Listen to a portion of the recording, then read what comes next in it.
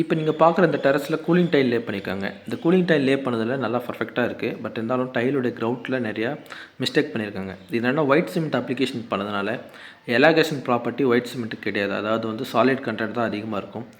Flexible இல்லாதனால உங்களுக்கு cooling tail சுருங்கி விரியும் போது டைலோட கிரவுட்டும் அதுக்கேற்ற மாதிரி எலாகேஷன் ப்ராப்பர்ட்டி இருக்கணும். ஃப்ளெக்சிபிளாக இருந்தால் தான் உங்களுக்கு அந்த கேப் ஃபார்ம் ஆகாமல் இருக்கும். அந்த மாதிரி ஆகலைன்னா கண்டிப்பாக கேப் ஃபார்ம் ஆகிட்ருக்கும். ஸோ அப்போது மழை தண்ணி உள்ளார ஈஸியாக பெனட்ரேட் ஆகிட்டு வீட்டுக்குள்ளே தண்ணி லீக்கேஜ் வரதுக்கு நிறையவே சான்சஸ் இருக்குது.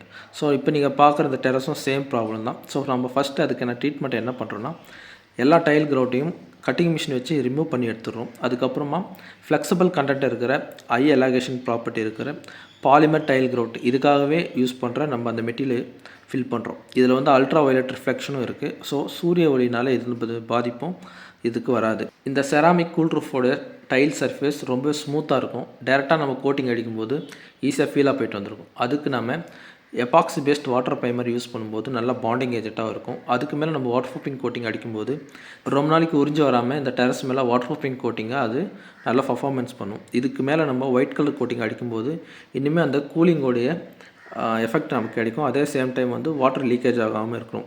இது வரைக்கும் இந்த வீடியோ முழுசாக பார்த்த வியூவர்ஸ் ஆனவங்களை எல்லாருக்குமே என்னுடைய நன்றியை தெரிவிச்சுக்கிறேன். இது போல் சர்வீஸ் வேணுன்னா ஸ்க்ரீனில் தெரிய நம்பரை கான்டாக்ட் பண்ணுங்கள். அதுக்கு முன்னாடி நம்ம சேனலை சப்ஸ்கிரைப் பண்ணுங்கள், ஷேர் பண்ணுங்கள், லைக் பண்ணுங்கள். Thank you guys.